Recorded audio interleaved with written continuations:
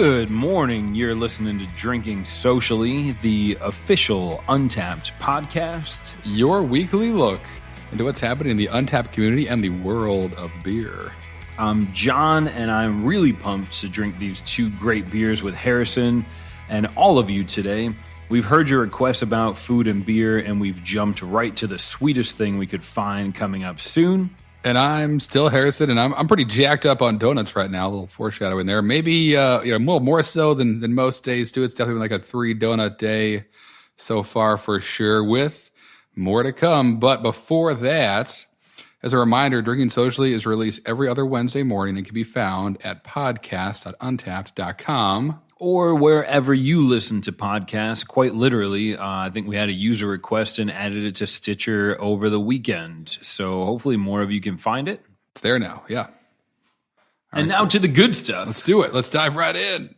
We're starting with a beer I guess Harrison and I are a little bit late to get our hands on. But this one is literally called Franny's Farmhouse. It comes to us from Brewers Brewing. Local Carolina brewery, and there's a pretty cool story behind it. I'm going to get to it after this, my favorite part. Oh, there it is. That's the one. Every time. That's why I always have beer on my MacBook. It just jumps right out of there. This guy right here, the spec sheet, it's, again, comes to us from Brewers Brewing out of Asheville. It's a farmhouse IPA brewed with hemp. Locally grown hemp. There's a couple collaborators on this one as well. Aside from Franny's Farmhouse, delivering the hemp, Listerman Brewing Company and White Labs presumably brought the yeast for this beer. It's a 5.5 ABV, 37 IBUs on the bitterness scale, and the notes tell us it's a farmhouse IPA infused with hemp. We've already covered that, and we're pretty excited to try it. Idaho 7 and Comet hops. That'll be the first time we've had Comet hops on this season 2. Brewed in collaboration with Listerman, White Labs, and Franny's Pharmacy. Franny's actually North Carolina's first female hemp farmer. Cool stuff. And this has been checked in, I believe, still 5 times already into August. It was initially released on April 20th, or as most of us know it, 4/20, for a rather large festival. So let me stop talking. Let me pour this beer so Harrison can have a sip. Do it. I'm drooling. Oh, yeah. Looking good. All right. Looking nice, looking tasty. Yeah, I'm pumped to check this thing out. That's definitely become a trend we're seeing is, hemp-infused beers and all that jazz with hemp and CBD oil really kind of coming to its own. So pours nice kind of straw colored. It's a bit hazy, nice fluffy white head. Ooh. Oh, man, it smells great. There's some dankness, dank grass pine. It's also a cool band name. Yeah, great band name. Ooh. Oh, this thing's got some punch to it. Again, I know we're drinking it a little bit after the 420 celebration. Right, that is when it's released, but this still is great. Tons of flavor to it. Bitterness definitely probably dropped off a bit, but that dankness, which is like what most of these hemp beers have in common, definitely present you right away in the nose, and probably complemented a bit from the Comet hops. I mean, that described as, having, or known to have, like hints of kind of dank citrus and grapefruit, tropical fruit stuff. Definitely a dank character. Dank is a commonly used characteristic when describing Comet hops, which I believe originally used to be like a wild hop, and it's been around for a while. Comet has, it's like the 60s, but not as alpha acid rich as a lot of the hops that I've kind of taken over when we're talking about bittering hops. But coming back into play now, I've seen actually a lot of it recently. So cool to have it here one huge benefit to being the podcast host for Untappd is my own friends list has grown. Maybe not by half yet, but I've appreciated getting the ads from some of you guys and girls listening. I always try and check and see what some of my friends, or if any of my friends have had this beer. The winner for this particular one for me is Rob Brink. He's actually a developer for us at Untappd. He's checked into this a few times, and I believe he's actually checked into it on the 420 date. Congrats to you, Rob, out in Asheville. Also see a couple other people getting their hands on it at Bramari. I'm probably going to say that wrong at least one or two times. I think I just did. But see a couple. It's always nice to see what some of my friends have drank it. Always cool to see, just kind of get their opinion on it. And then, of course, we'll always go to the global check-ins. Harrison, you said 5 times this month it's been checked in. Right. What's the overall on this one? 161 total for 158 uniques, or 56 rather. Or no, 58. That's 58. Man, the hemp is kicking right in. Just kidding, folks. Nothing. But 158. So, definitely a limited release. Only did one batch of it. And I think they said they put 5 pounds of kind of hemp material in this, and I think they have like a 20 or 30 barrel brew house. So solid stuff. Great can art too. Really kind of beautiful. Look it up on Untappd. Like kind of just looks like rolling hills of hemp right in the Asheville mountains there with the sun behind it. That's great. But yeah, again, these beers have definitely kind of taken off. Great compliment, hemp is, that dankness of it. Some of them you open up and it fills the whole room with that kind of dankety dankness, that smell. Where you kind of look for the two looks for the 5-0 and make sure you're in the clear and remember this is just a beer. This is all okay now. But yeah, love it. I think it's great. I know a lot of us, I would assume. I know myself, remember New Belgium's Hemperor, Lagunitas 420, Sweetwater does a G13 beer named after the elusive, not the government summit. North Carolina, not a state where legal weed has happened yet, but hemp is growing farm industry for the state now. And honestly, Harrison, what's your unprofessional opinion? Is it going to be very long before we start seeing weed as a dry hop in some commercial beers? And is it going to be possible? Right. Sure. Great question. So, and I'll share. Okay. So let's see. Here we go. The tangents abound. Let's try to reel it all in. Yes, absolutely. So obviously the difficulty is weed is not federally legal. So if you're a big brewery and just distribute to other states, it may be legal there, but not legal to send it elsewhere. So logistically, you kind of run into some issues that, may and probably will change based on how many states it actually is legal in now.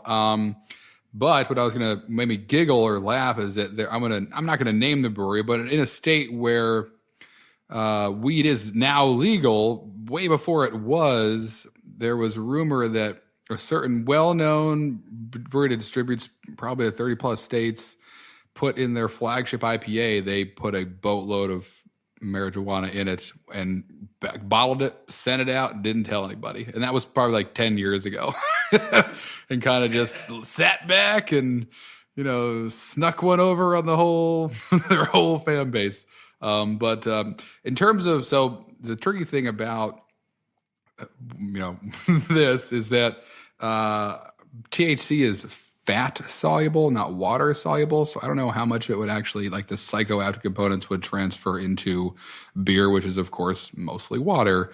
So I'm sure you could find a way to do it. I don't know how off the top of my head, but so I'd be curious to see the end game there. It'd probably be pretty expensive though. It'd be dry hopping with marijuana, although hops aren't cheap either. So I don't know really the margins there, but I'm sure it'll happen. There have been breweries that have dabbled with it, I think in Colorado and some other places already. So sure more of it's to come. And so far it's been the hemp side of it, which is the non-psychoactive kind of cousin to Yeah, hops. I believe most people would say hops and marijuana are cousins, and I think hemp can get thrown in there as well. Whenever my mom would ask me about it, it was always hemp. I think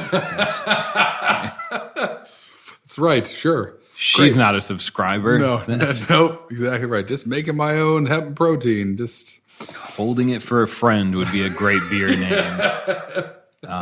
Right, but this beer, honestly, there's been beers, there's been IPAs that I've drank that have come away with more of an olfactory draw to that first time your friend let you in on his secret.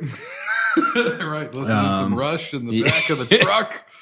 This beer doesn't pull me to that like New Belgium Hemper where somebody just poured a pint and now all of a sudden everybody's kind of looking around. Mm-hmm. The Grateful Dead starts playing somewhere somehow. Yeah, it's. But I will say the aspect of this that is unique and different to any other beer that's used hemp before, from my experience, is that it's like a farmhouse IPA. So there is like a little bit of that Belgian-y characteristic that in a lot of IPAs plays right into the citrus from the hops and kind of almost gets lost in the shuffle. But as we're sitting here now, it definitely does have like that kind of like bitter orange thing happening.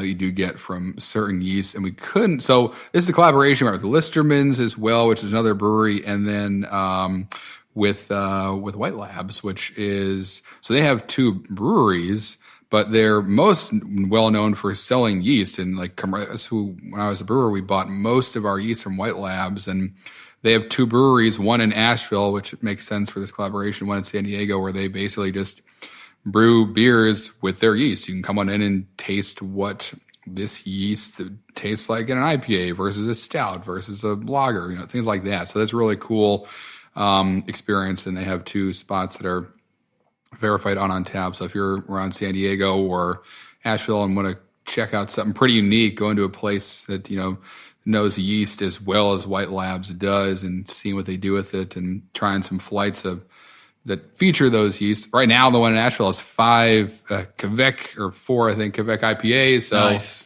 There's a shout just out there. Just in step with the trends. If you remember a couple episodes ago, we talked about those. So anyway, something different. But yeah, they collaborated with this as well. So lots of cool stuff going on. But this is great. I mean, this is, taking a step back, I could drink this all day. It definitely is easy to drink, but there's a fair amount going on here between the hops and the yeast and, of course, the hemp.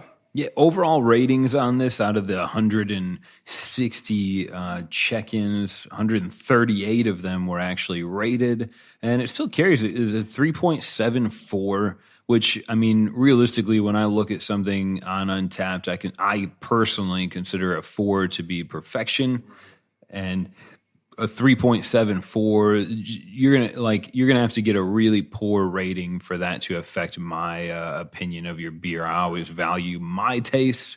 I look at what my friends are rating it, sometimes just to troll them in their own check-ins, or if I see that Harrison rated a beer a certain way, honestly, I'm usually going to look at what did he write about that beer, right? And most of the time, it's comical, right? Or just a picture of my dog asleep in a chair. That's what most of my go through all the pictures of my check-ins, and it's like a picture of a Marvel movie I'm watching, or a picture of a dog. That's 95% of them, with some kind of emoji of fruit, and that's it. That's that's how I move through Untappd. The shapes and figures. All right. I think the subjective part about a rating is that if there's really a value, we expect a brewery to be able to take some value away from 1,000 different opinions, of course. But for us, the Untappd drinkers, most of the time I'm using it. It was the first time I checked into an IPA. I'm pretty sure if I could scroll back that far, I would say, not for me, not an IPA fan. And then, you get a couple of more, you trickle in, and then you realize you are an IPA fan. And eventually you find your favorites. But ultimately, I think for me, I try and also, I love to compare what my friends have thought. And again, a huge benefit now is that I'm starting to get Untappd friends from all over the world. Sometimes people I've never even drank with before, Sure. but it's still really cool to see, what do I have a friend overseas that has had this really small beer? I like to pull data like that and just see what you guys are thinking of it as well. Oh yeah, it's cool. Definitely. And this one again, super limited, so really don't see much check-ins overall outside of North Carolina. But if you get your chance to get your hands on it or trade for it or what have you, pretty cool indeed, and definitely in step with the trends right now we're seeing. I'm sure there'll be plenty more of these beers and maybe some more fun similar ingredients in the near future if they're not out there already. One additional piece, since this is a collaboration beer that I had to learn actually working at Untappd. So Bramari is listed as the brewer, and then it's a collaboration with Listerman and White Labs, and Franny's is listed on the can, but since Franny's is a hemp farm and pharmacy, they don't actually brew beer, so on Untappd we can't give them a credit for being a collaborating brewery. Mm-hmm. But generally, you'll see this pretty frequently. The brewery here listed as Bramari, that's the place where the beer was actually brewed, fermented, bottled, canned. And then the collaborators, of course, they sometimes it's collaborating. Maybe we were fortunate enough and someone peeled all the oranges for us. That'd be you get a collaborating credit. Right. How does that, like, in your in your background, Harrison, when you guys would collaborate with a brewery, is there like a general standard operating procedure for that, or is it sometimes they're just bringing the fire and they're up earlier than I am and we're all mashing in together, and some of them are more just they brought donuts and that's pretty fun too. Right. We did a great one. I may have told this story already. Stop me if I have, John. Maybe not on the podcast, but so yeah, I did a Philly Beer Week probably 4 years ago. Neshaminy Creek brewed a collaboration with Against the Grain out of Kentucky. They're fun guys too. Yeah. They're hilarious. Yeah. They're really cool dudes. And yeah, they were what we did is we brewed, I believe I'm right, we brewed 60 barrels worth. I mean, it might have just been 30. I'm going to say it was 60. Anyway, I would too, yeah. Anyway, a fair amount of a quad. It was like a Belgian quad that we were going to basically condition with, with like, I think it was cherries and bitters and bitter orange peels, basically try to make a beer version of an old fashioned. As soon as you said cherries and orange, my ears perked up. Exactly. I know, John. Right, exactly. So a beverage when we're not drinking beer, John and I both enjoy old fashions. How could you not? But so I made that with them, and that was really cool for a couple of reasons. First up, it was I think it came out to be, I can look it up without why I'm wondering, pretty boozy as all or most quads are. I think it was at least easily 10, if not around there percent. I think it's called Four Corners Quad. I'm trying to look it up right now. Okay, cool. Yeah, so Four Corners Quad, 10.5%, and it was great. But to make a beer that big, you have to obviously use a lot of grain, and we had a 15-barrel brew house. So basically, usually when you mash in the morning, when we get there, it'd take like 20 minutes if you're making an IPA or even a double IPA, anything. It was like 20 minutes of mashing in, and we mashed in with a wooden paddle. You had to use, we mashed in. A lot of the brew houses nowadays have like metal rakes. You flip a switch, it spins all the grain for you, and you can. It's a lot like when my dad told me about going to school. Barefoot uphill both ways in the snow. So anyway, none of that there. It was all by hand at 6 a.m. and you were dying. This beer took an hour and a half just to mash it in. It had so much grain. It filled all the way to the top, and we had to tag team. The second time we brewed it, we did a double batch of it. It might have just been 30 barrels anyway. And we had to tag team out because the shift that was finishing it was like done with their day, and the next guys were coming in to pick up the afternoon shift. So that's when I came in, actually. I did the second half of the beer, and they're really cool. So yeah, you're hanging out. I mean, after you mash in, in a brewery, the brew house is a lot of the work through pumps and stuff. But yeah, they were there on the brew house, hanging out, talking, having fun. At a lot of events. That was the one I was actually hands-on involved in. So it ended with two versions of that beer: the Four Corners Quad, which is a straight up Belgian quad that had some really cool just elements to it, and then we bourbon barrel aged a lot of it in Buffalo Trace barrels as well. Wow! And released the bourbon barrel aged 4 quads, which was a monster. So that was cool too. And they were from Kentucky, so they kind of brought the Buffalo Trace barrels with them, and I believe they were wet pretty much. Like they came from Buffalo Trace Distilling, and like they emptied them out and bottled all the bourbon and sent it right away, and we filled out like the next day, so we didn't have to do any cleaning or whatever of sanitizing those barrels, because it was just, you open them up and it just filled the whole room with bourbon. So plenty sanitized before without us having to do anything at all. But that was a really cool experience to brew that, if exhausting. But so that's what it is a lot of the time. It's, if you go to someone else's brew house, you don't really get up in there. It's kind of like driving another man's car. I don't know.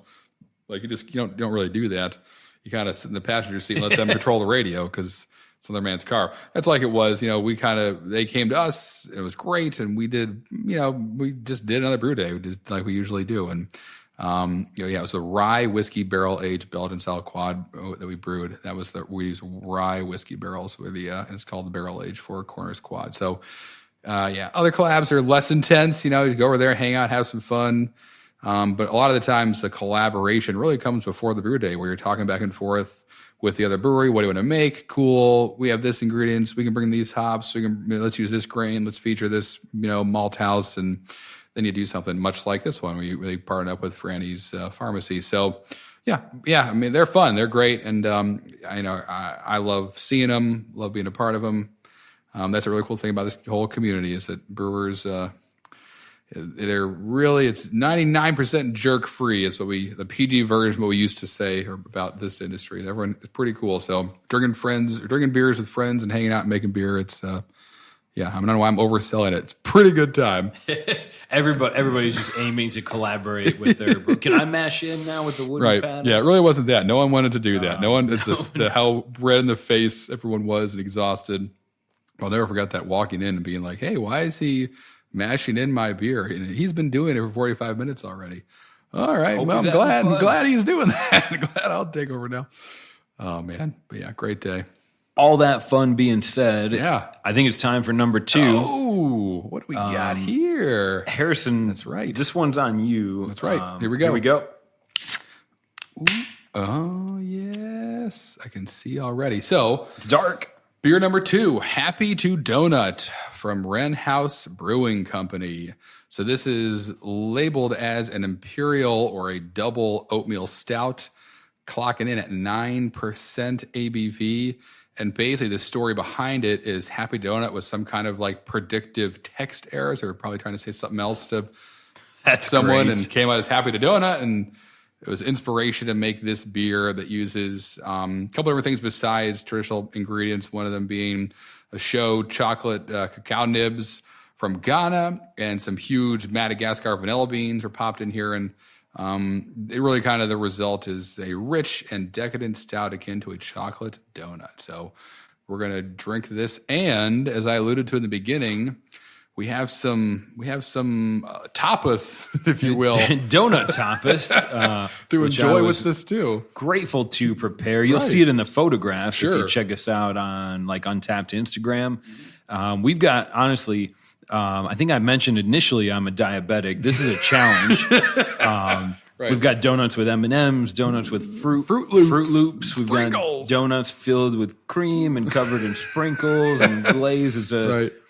It's responsibly, we've cut them into segments so that Harrison and I can enjoy. We're going to try really hard not to chew in your ear. Right into the mic. Mm-hmm. Really hard, try not to do that. But, we heard there's been great feedback, and something that Harrison and I can easily add passion to is eating. Oh, yeah. That's what we're doing when we're not drinking. Love it. Big fan. This beer, even if it was a predictive T9 typo, has donut in the name, and I think it's going to lend itself really well to eating a donut and pairing it. Typically with a stout, I would, if you ever ask me what's a good dessert beer, I'm going to lean on a high ABV stout. If anything, it's going to put you to sleep after your meal. Sure. And all right, let's dive into this. Ooh, man. Oh, God, that smells so good.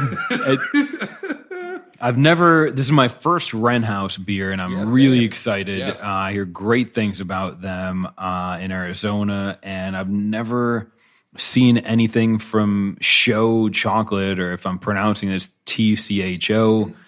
They're essentially a craft chocolatier. They have set up a couple of labs which will allow chocolate bean farmers to process that into chocolate bars, and a lot of times a chocolate farmer, you just send your beans away. They're not really good. Right. You send them away, you get a check hopefully, and then Hershey's makes it into a bar. Right. What Show is doing is actually allowing farmers to taste their chocolate in a bar.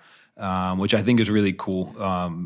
Chocolate's one of my favorite. It should have its own group. Chocolate's delicious. Right, shouldn't be, John, but it's great. Fair. You're not my doctor. Not anymore.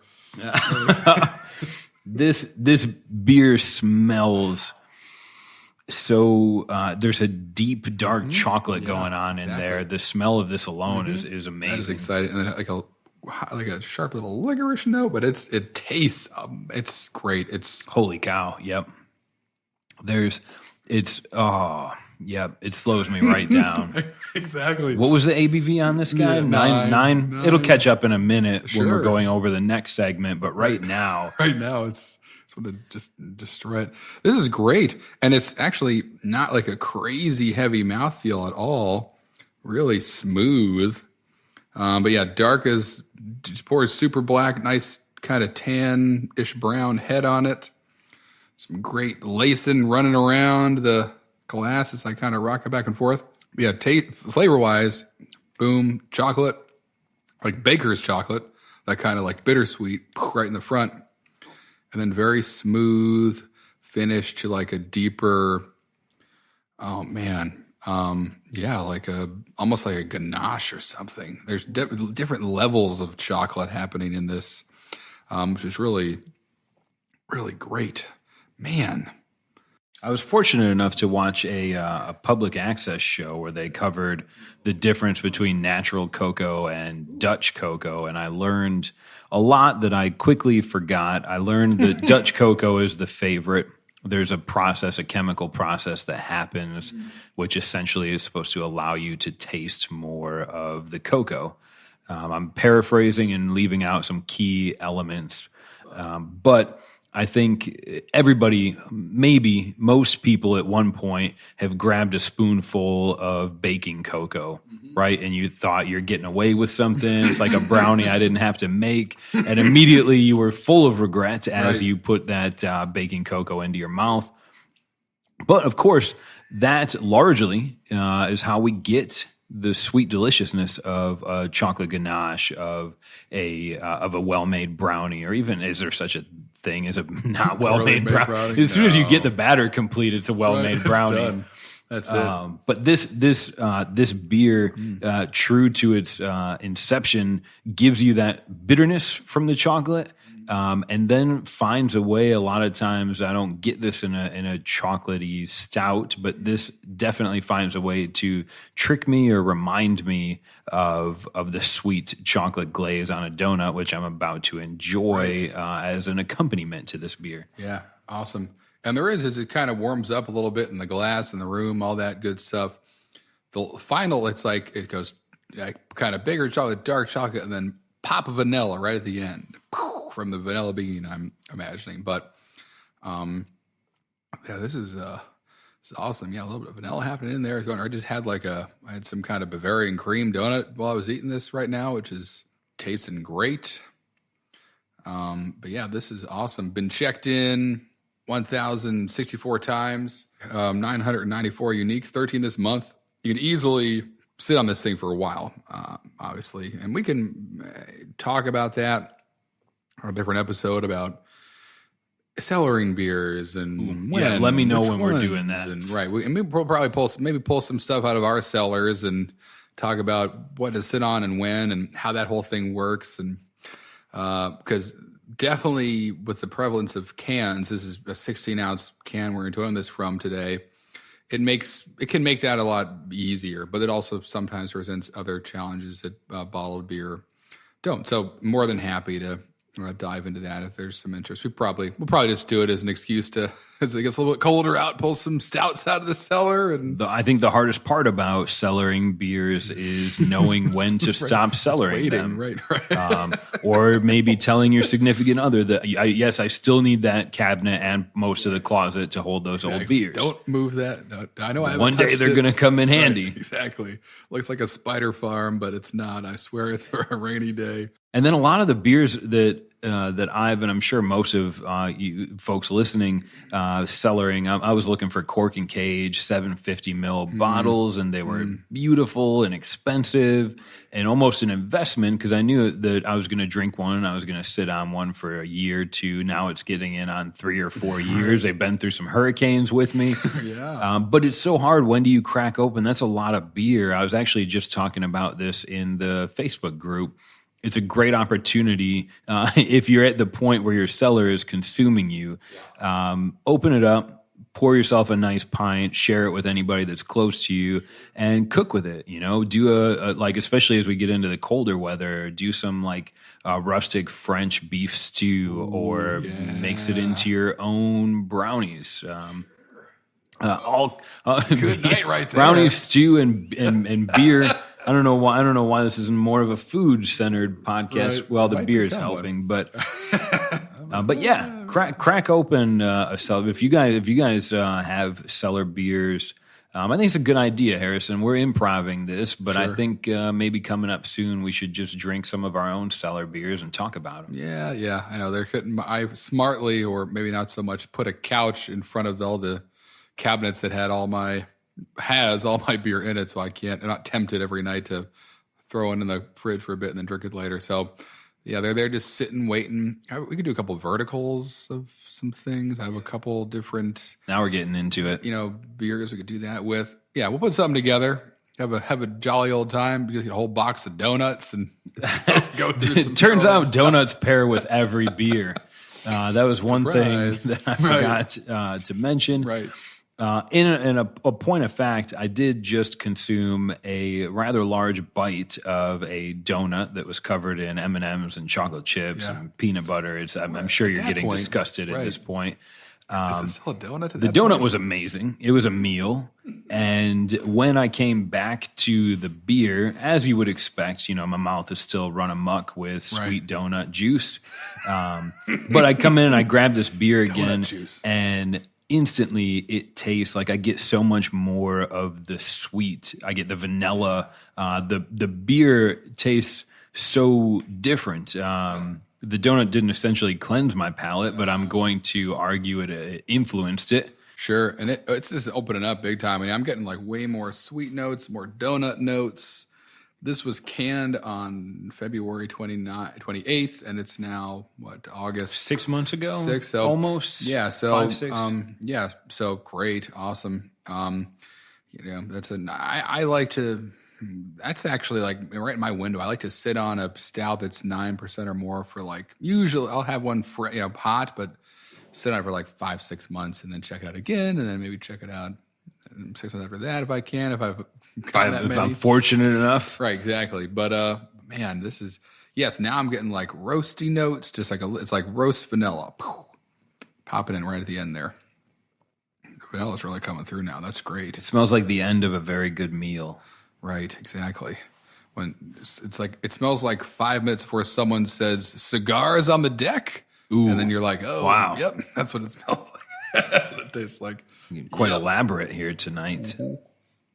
Donuts bring out the fancy pants in me, John. The way to Harrison's heart is clearly donuts. Good beer helps. This is an amazing example of in my head, right? In my head, I would equivalent. I would equivalate. Sure. Nope. In my head, I'm making up words. That's great. In my head, I would classify this as a pastry stout, and I don't even think that's a BJCP thing. But I know when I see pastry stout, like the guys like Omnipolo will put those out, and it's gluttonous. We're not going to talk about calories on this podcast ever. No, we couldn't. So this is a 9% can of beer that would quench your donut craving. And especially, Harrison pointed out, as this opens up, We took it out of the fridge probably an hour ago. Yeah. And even after pouring it and just kind of sitting in this tulip glass, warming it up a little with my hand, it's transformed just in the short time we've been drinking it now. Mm-hmm. I was taught long ago, especially with Imperial Stouts, just as you drink it, just hold it in your hand and let the kind of your body heat warm it up, and see how it changes as it oxidizes and as it warms up a little bit. So that's what I've been doing, is kind of just in this nifty Untappd glassware, kind of holding it like a James Bond villain, sipping it on it like a brandy. Automatically, it makes it taste a little bit better when you hold it like that as well, I believe. Right, think about cigars more too.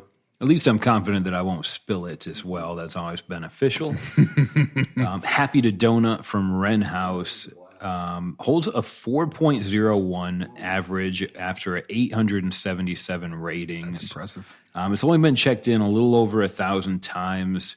It's not that I think Harris and I are trying to only drink elusive beers. This keeps happening.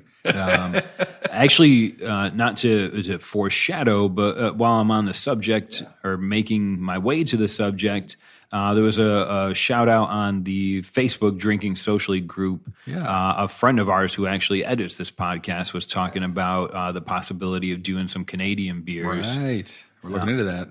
I grew up in Buffalo. Canadian beers, Molson and Labatt. Right there. We didn't. Craft hadn't quite happened yet. There's some amazing craft breweries in Canada. You've got your artisanal kind of French farmhouse breweries that I wouldn't even try and pronounce their names. You've got some bigger celebrate. Canada makes great beer, as does everywhere in the world. The more I look into it, I know. It's pretty impressive.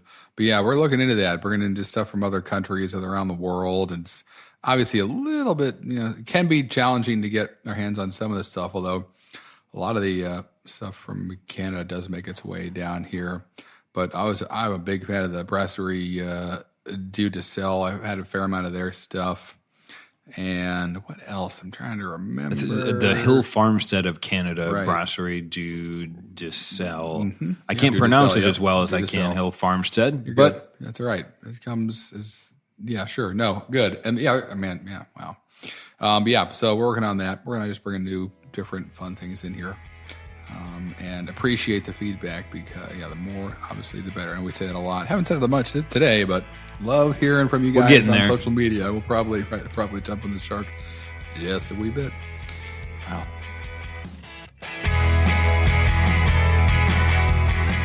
All right, guys. So I'm sure if you're like me, you want to show off your love for Untappd. You can do that not just by checking in, but by picking up some cool stuff in our online store. Whatever it would be, branded glassware, shirts, sweatshirts, hats, and more.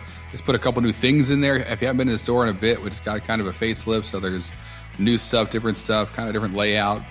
And all of it is, good to go. And being a podcast listener, if you go to store.untappd.com and enter the coupon code podcast at checkout, you get 20% off all of your orders. So the code is podcast, store.untappd.com.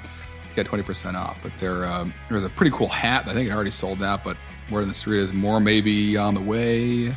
Yeah, it was. I can vouch that it sold out because I wasn't even able to get one for myself. We flew out of here, but it's on the store as well as a bunch of other great stuff. So grab that, get yourself a little discount, get something cool for whatever. There's always some birthday you've forgotten about coming up for some friend. Be prepared. I have like 5 birthday cards just in my house empty, knowing that I'll need them at some point at the 11th hour. Hopefully. right. So it's good to be prepared. But again, that's store.untappd.com. Pop in the coupon code podcast, save yourself some money, and grab some cool stuff.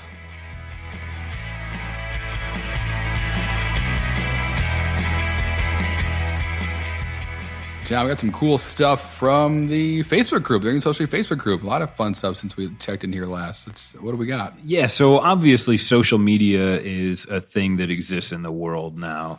Untappd is going to be part of that. And Harrison and I, we maintain most of our social media activity on the Facebook group Drinking Socially. There's been, and thank you. It's always great to see. We'll get people joining at all hours of the day because it's worldwide. And so it's a great opportunity to kind of have more of a quick two-way conversation than just talking to you guys. And I love the feedback we get there. Currently, joining the Facebook group, there's no requirement, but we do ask you to share a story about your first beer. And I've gotten a couple of great ones. I'm just going to kind of scroll through some of our favorites. It's been fun.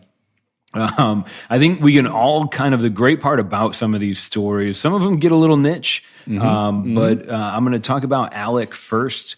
He shares a story about his first beer comes from his grandfather, literally sharing a few sips behind his parents' back. My kind of touch point on that is that's exactly the first drink that I remember is whiskey from my grandfather, and I never wanted to drink any alcohol again until I was about 16. That'll do it. A grandfather was easily the most used word in that first beer story. Family member was common, but grandpa saves the day. Giving you your first sip. Yep, candy in his pocket and a whiskey in his hand. Surprises abound. Oh, the holidays are great. That's all. I love that. Another great one we got from.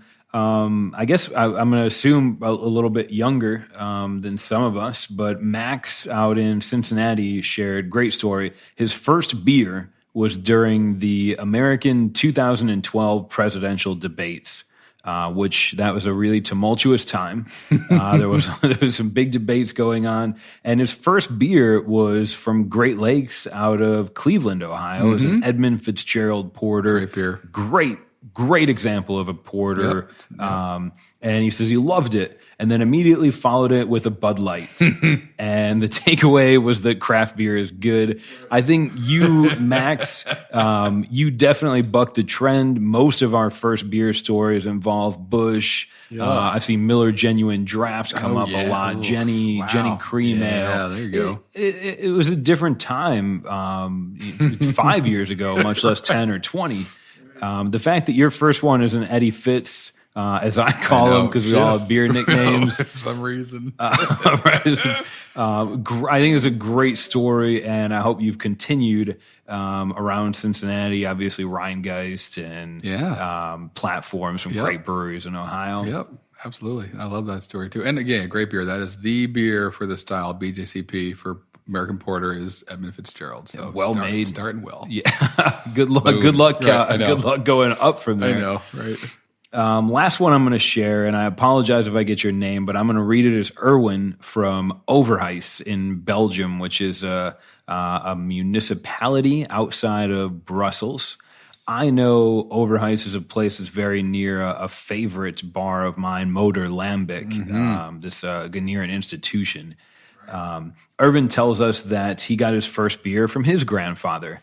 In Belgium, you probably say grandfather a little bit differently than maybe us here in the States, but the story is great. He tells us he was turning 10 years old. And as every 10-year-old boy says, I have double digits now. I'm an adult. I'm a big kid. And his grandfather handed him a Duvel. Amazing. Which is at least the ABV winner, perhaps. And then, Erwin, you didn't finish the story. You just kind of left us hanging. Grandfather handed him a Duvel, and do you still drink them? Have you moved over to Delirium? What's going on? What's a amazing Duvel drinking 10-year-old? What's your lifestyle? He's probably living in fancy jets and apartments, and is doing fancy things, getting the box at the rugby match. Who knows? That's right. Again, that's kind of starting at like the top of the top when it comes to classic Belgian beers. That's man, my warm natty light out of the garbage can sounding less and less romantic and more just sad now. As we did learn, there's you guys are awesome. Again, thanks to anybody that joins the group. Thanks especially if you're contributing, asking questions, just kind of I do it all the time. Just sit back and read what people are talking about. Great to see you guys being active on there. What I've learned is that not many people have a great first beer story, but at the end of the day, it's more about what beer have you had recently and what beer you having next and who you're drinking it with. Sure.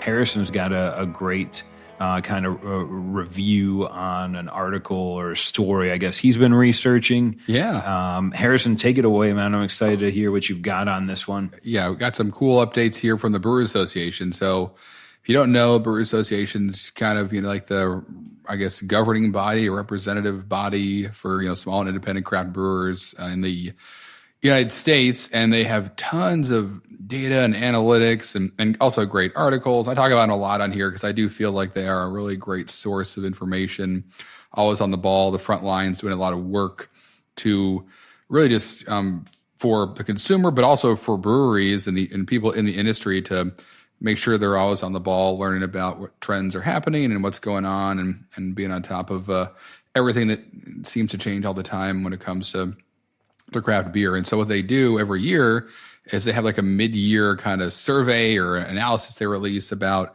what's growing, what's trending, what's happening, what have they seen. And they just released that for 2019 in July and thought it'd be nice to take a couple minutes just to kind of break down some of the highlights of what they've seen. And overall, from kind of like a 30,000 foot view, basically people want new things, they want more things. That's kind of how they started out the review, which makes sense. Nothing new there. People always kind of want to see that next whatever it is. Not surprisingly as well, IPA, it's not slowing down. So I know a couple episodes ago we spoke about kind of the lupulin threshold maybe being met and some IPAs being too crazy hoppy to be tolerable. Haven't seen that in the data yet, but again, time will tell. But yeah, it's killing it. IPAs are of all kind of overall variety, so it's not differentiated between New England and American and double and IPAs and all that stuff. But it's really, not slowing down at all. What was kind of interesting, though, with something else we also spoke about is that some of the lighter styles of beer were also growing. So we did another, John spoke about kind of the lighter beer options, how that's definitely something that's trending up. And we see that, I think, right now, all day IPA is one of the trending, if not the top, close to the top in terms of trending beers globally on Untappd, which is great. So when they talk about lighter styles, they're referring to American lagers, blonde ales, pilsners, some sours, cream ales. They were 5 of the top 11 styles in terms of growth, which is great. That being said, to give it kind of some perspective, Imperial IPAs actually outpaced all 5 of those styles combined. So while you're seeing more people drinking lighter beer options, again, IPA, it's kind of like, throwing rocks at a freight train or something. It's still just surely we've all been there. Right. You got nothing to do on a Wednesday. Anyway, and another cool kind of way to cut these analytics, they saw that beers with an ABV of more than 7%, growing actually the fastest in percentage terms. But not just Imperial IPAs, but also barrel-aged beers, triples, Imperial versions of other styles and so on. So while, again, like there's growth in the lighter beer option, people are not running away from beers that have more calories per se, that are, more alcoholic, and Imperial versions or barrel-aged have tons of sugars in them that obviously contribute to the calories. So it's still just growing like crazy. But overall, growth is good. It's not slowing down.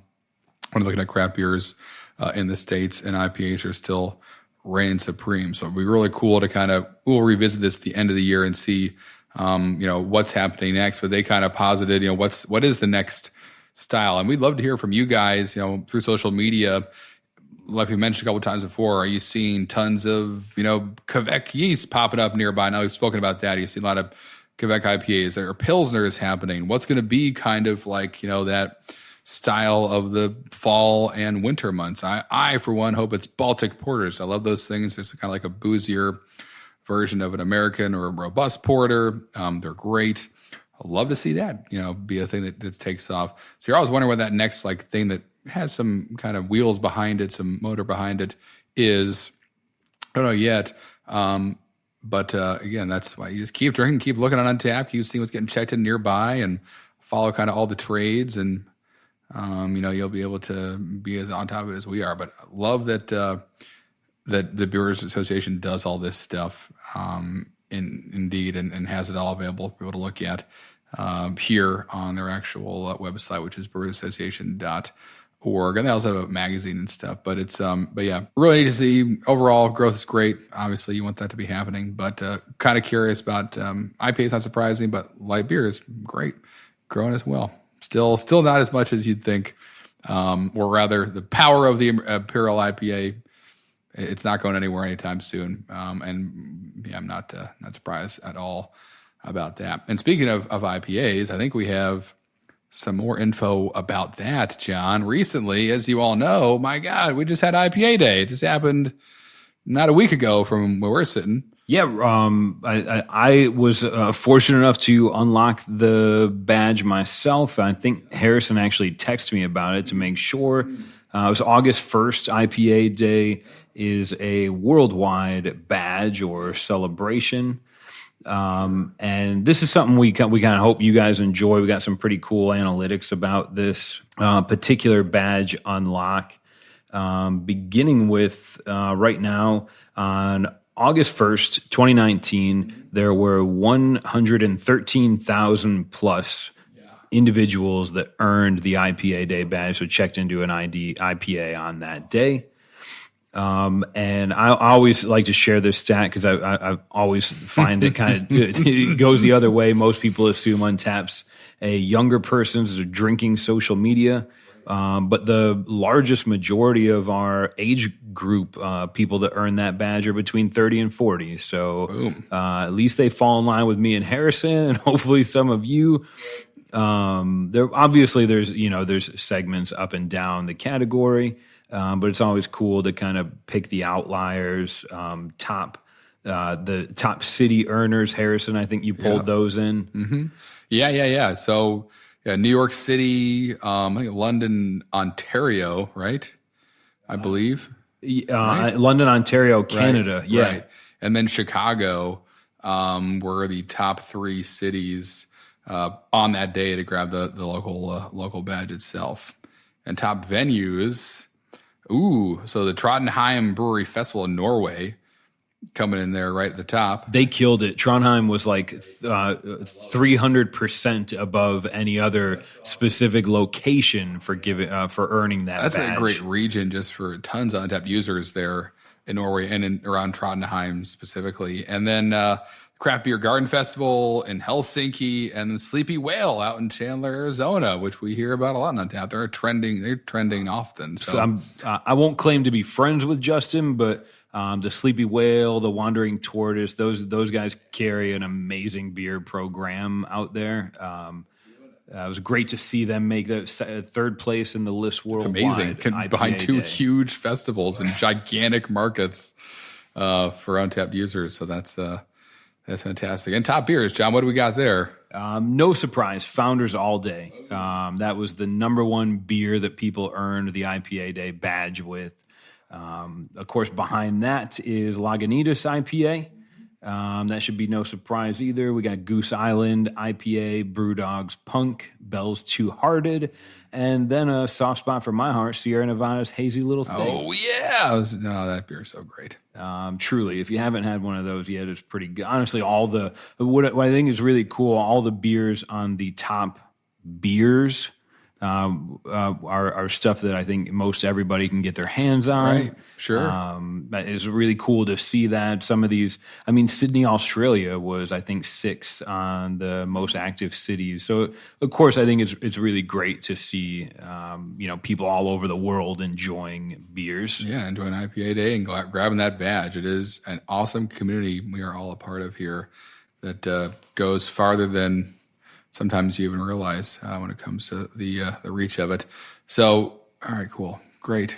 And for those folks in New York and London, Ontario, and Chicago, they the top cities for IPA, they got a nice head start on what's coming next down the pipe for Untappd. John, what's happening again? It's coming back. Really excited about this one. It was probably, I don't know, maybe one of the most exciting events I think Untappd had ever hosted last year. So those of you that remember, those of you that don't, we're relaunching the 7 Cities tour. Oh yeah. This is really cool. It's essentially Untappd is going to be hitting the road, right? We're going to go to 7 different cities starting in September. Mm-hmm. And the cool part is it's up to you guys to decide on the cities. Asterisk. Mm-hmm. Right now, this year, the cities are limited to United States, Canada, and Mexico. I think the plan is that eventually we can scale this thing worldwide. Oh, but, yeah. Currently, the cities in the running are in North America. And essentially, the way to quote unquote nominate your city is simply to check into a beer at a verified venue in the city that you want us to visit. So you check into a beer. We're going to have a live leaderboard. Harris and I are going to link it in the show notes. Yes. But any beer, it has to be a check-in at a verified location. Right. In August, in the month of August. August 1 through 31. So we're probably about halfway done right now. But the only stipulations are, of course, that it's in North America. And if you were, I think, the cities, Harrison, the cities last year, if you can collaborate on this with me, cities. So right. So if you're one of the 7 cities last year, I believe it was, oh boy. So I'm pretty sure Charlotte was one of them for sure. I believe Chicago was, San Diego. All right. Where else? Yes. Memory serves you correct. Harrison, Chicago, Charlotte, Anaheim, California, Portland, Oregon, Tampa, Florida, Cincinnati, and New York City. All took the most check-ins last year. Yeah, so if you're not in any of those places this year, we're trying to kind of spread the love and make sure everyone gets a chance to be a part of this. But once the cities are selected, we'll be picking the verified venue with the most unique check-ins from one of those top 7 cities at the end of the month. And the winners we'll announce them in September. And the prize, I guess, if we can consider it a prize, the founder of Untappd, who still drinks good beer. Yeah. He maintains his own social media. So we just got a camera. But anyways, a poor shout out to Greg Avola, who came up with this idea, coded Untappd himself back when it was just a mobile website, and still works more hours than I have in the day. Right. To keep this thing where it is. That's amazing. Greg, essentially, he did this last year, 7 cities, 7 days, and he was at a verified venue, drinking beers, shaking hands, toasting awesome. check-ins. Right. This year, he's going to do it over 10 days. I still think that's a little bit. It's a lot to kind of drink a bunch of craft beer 7 days in a row. So he's giving himself 3 kind of breathers to eat a sandwich. But will he, though? I'm sure he'll be in an awesome city with awesome beer and want to go check him in and go see the sights. It's going to be 10 days. Very Might true. as well be 10 days, 10 cities.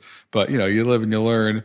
But this is going to be great. And the events last year. So obviously we're making a big deal about this. So the places that there were the beers that were showing up at some of these events were super rare. They're really cool. Like people really pulled out the stops last year at these venues when Greg was there, and they looked just like awesome parties and it's a ton of fun. I mean, I know he talks about it now like it was some kind of spring break during college, like that glint in his eye, but also the exhaustion on his face kind of says it all. And you guys can bring them to your favorite bar. I mean, that's all I do is check in, to your verified venue in your city during the month of August, and you'll be contributing to that, to the effort to hopefully bring Greg right down the road from you, and you can hang out with him too and have some fun. He's a hilarious guy.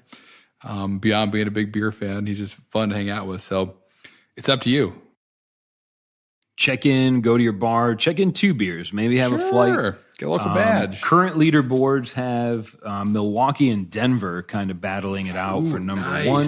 Nice. We got Pittsburgh and Washington, D.C., and Raleigh, North Carolina, and Atlanta, all kind of fighting back and forth.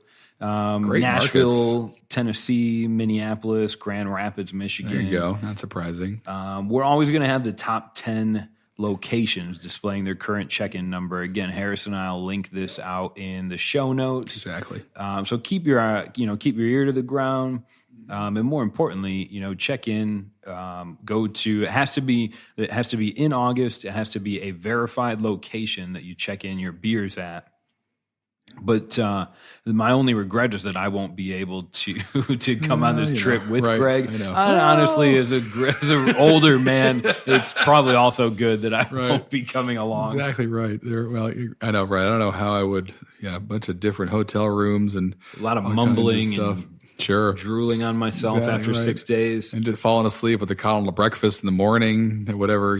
Hampton Inn. I mean, that's kind of fun. Just don't let your waffle burn in the waffle iron. Great.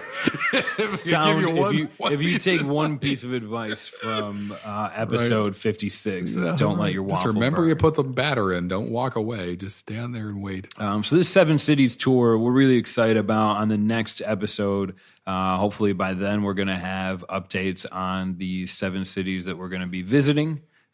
We equals Untappd and Greg Avola in this case, not Harrison and I. Yet, as far as we but know. We will be talking about it in excess. For the rest of the time, it's been a pleasure to drink beer and converse as it always is. We welcome your feedback. The show notes are going to be available generally wherever you've listened to and streamed this podcast. But you can get our official updates at podcast.untappd.com. If you have any questions or feedback, go right to Untappd on social media. You'll find us on Twitter, Facebook, and Instagram, or join the Facebook group. Yeah, please do. It's fun in there. Where's that, Harrison? It's at facebook.com/drinking socially. And we will see you in 2 weeks. Cheers. Cheers.